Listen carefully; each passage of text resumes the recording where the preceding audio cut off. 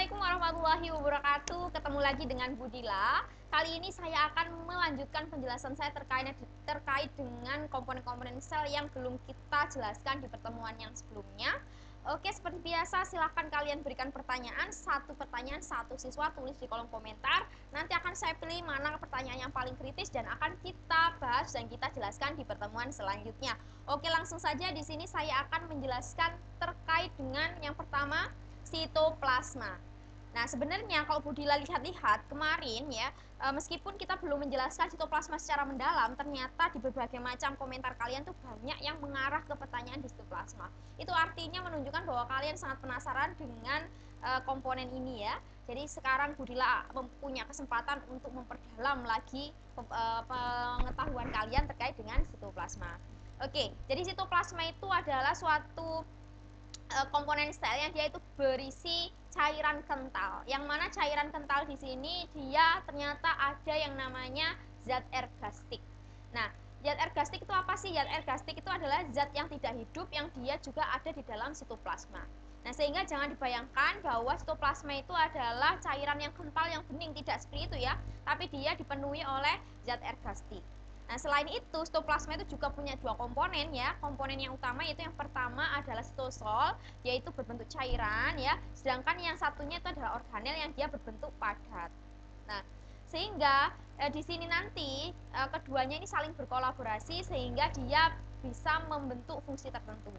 Yang organel-organelnya ini macam-macam ya, ada mitokondria, ada RE, ada ribosom dan lain sebagainya.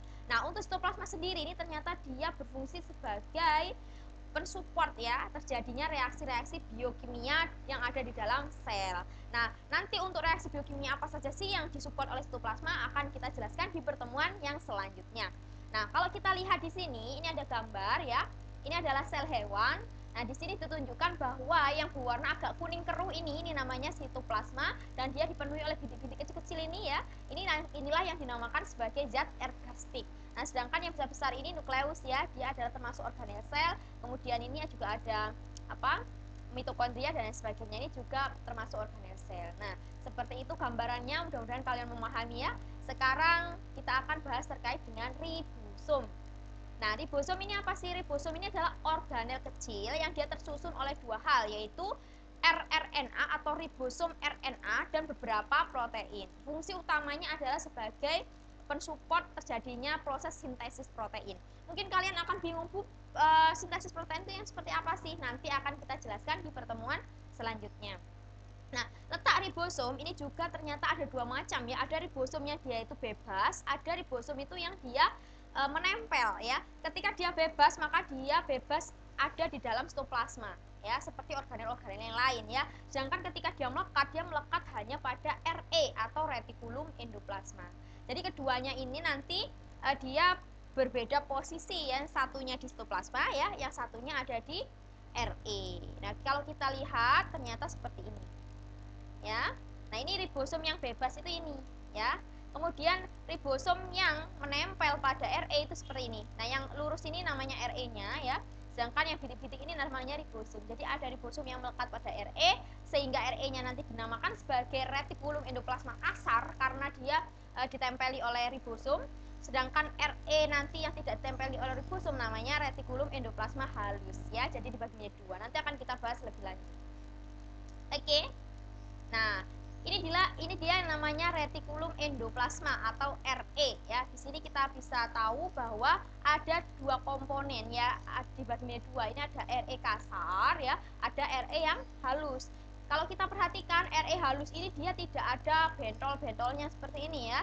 Tidak ada bentol-bentol seperti ini ya. Dia halus sekali. Sedangkan untuk RE kasar dia ada bentol-bentolnya. Nah, bentol-bentol ini namanya adalah ribosom.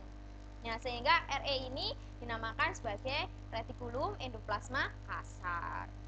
Nah, fungsinya apakah sama, Bu? Tentu berbeda ya. RE kasar dia memiliki fungsi sebagai sintesis protein, sedangkan RE yang halus dia berfungsi sebagai sintesis lemak. Seperti itu. Ya. Oke, berikutnya. Yang ketujuh adalah badan Golgi atau yang di buku-buku biasanya disebut sebagai aparatus Golgi. Nah, badan Golgi itu secara sepintas dia hampir mirip dengan RE ya, dia melekuk-lekuk seperti ini, tapi dia punya fungsi yang berbeda. Nah, badan Golgi ini adalah organel yang membrannya berlekuk-lekuk yang mengkonsentrasi dan membungkus protein untuk dikeluarkan ke sel, sehingga dia berperan sebagai menambah atau mengarah jalur bagi perjalanan akhir protein yang sudah dikemas. Nah, jadi di dalam sel itu juga terjadi proses sintesis protein ya. Saya jelaskan sedikit bahwa sintesis protein itu adalah proses pemproduksian protein. Nah, sehingga meskipun sintesis protein ini dia yang berperan penting adalah ribosom, ternyata aparatus Golgi juga berperan penting dalam sintesis protein ini, yaitu dia berfungsi sebagai perjalanan akhir protein yang sudah dikemas. Jadi dia yang ketika sudah jadi protein, dia yang mengemas, kemudian dia yang mendistribusikan. Nah, seperti itu. Nah, jika dilihat secara rinci, fungsi dari aparatus Golgi atau badan Golgi ini yang pertama adalah mengangkat dan mengubah materi yang ada di dalam secara kimia. Yang kedua, menghasilkan lilin atau lendir. Kemudian yang ketiga, transport lemak. Jadi dia juga mentransportasi lemak. Yang keempat, sebagai sekresi protein ya. Kemudian karbohidrat, lemak dan glikoprotein. Yang kelima, membentuk lisosom, dan yang keenam, membentuk enzim pencernaan yang belum aktif atau dinamakan sebagai hemogen ya. Jika kita lihat secara umum, di sini terlihat bahwa di sini ada namanya sisi penerima dari badan Golgi. Sedangkan yang ini namanya vesicle transport dari RE ya. Jadi RE juga punya vesicle atau kantong yang dia itu ada isinya protein. Kemudian dia akan mentransportkan ke aparatus Golgi ya.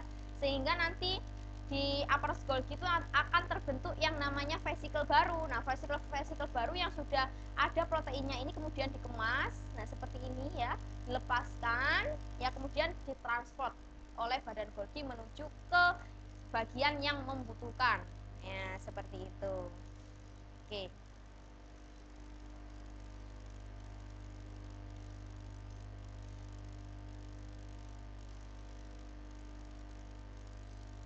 Ini agak sedikit trouble kamera Budila ya. Jadi sebentar saya akan perbaiki dulu.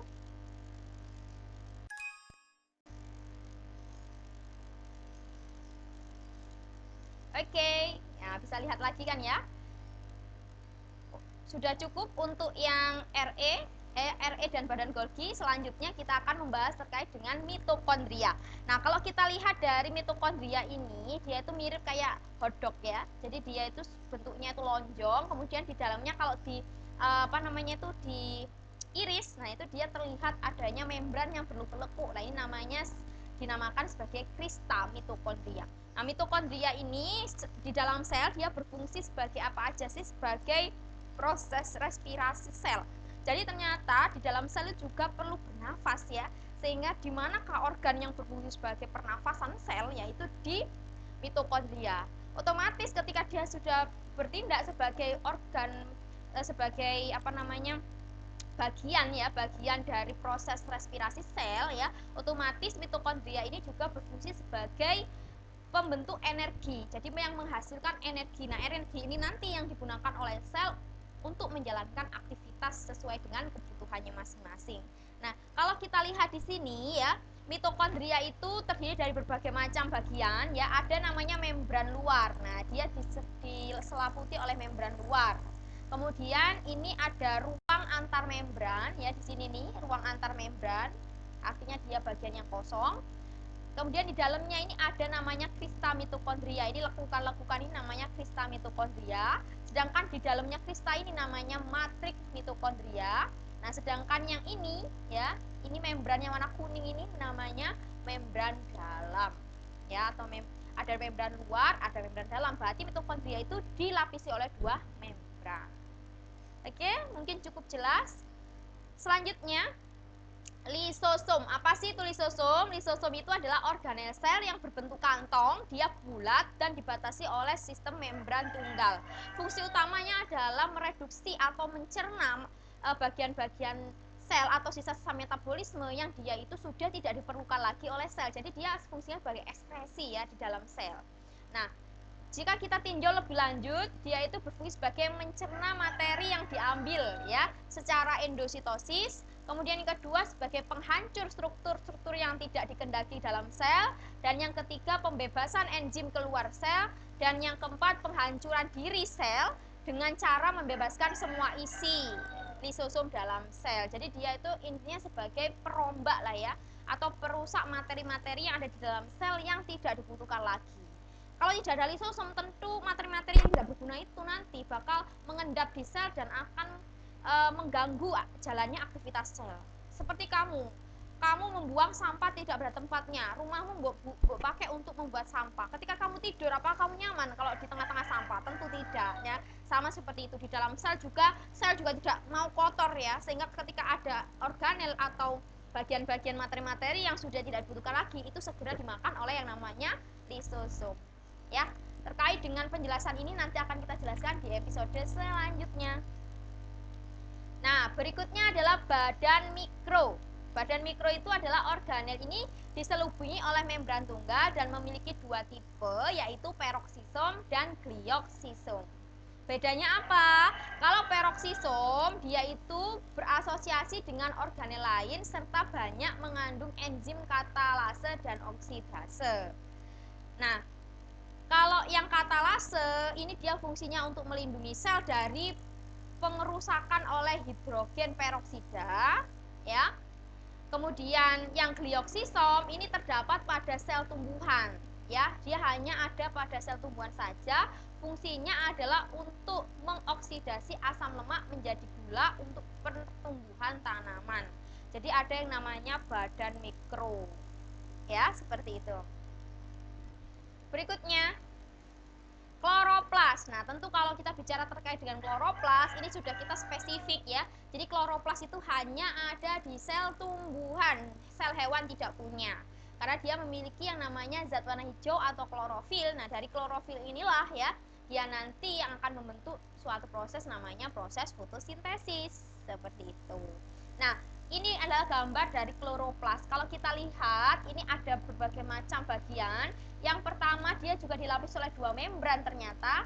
Yang paling luar adalah membran luar. Kemudian di sini ada rongga namanya ruang antar membran, dan yang ini namanya membran dalam. Di dalam membran dalam ini ada yang namanya tilakoid dan granum.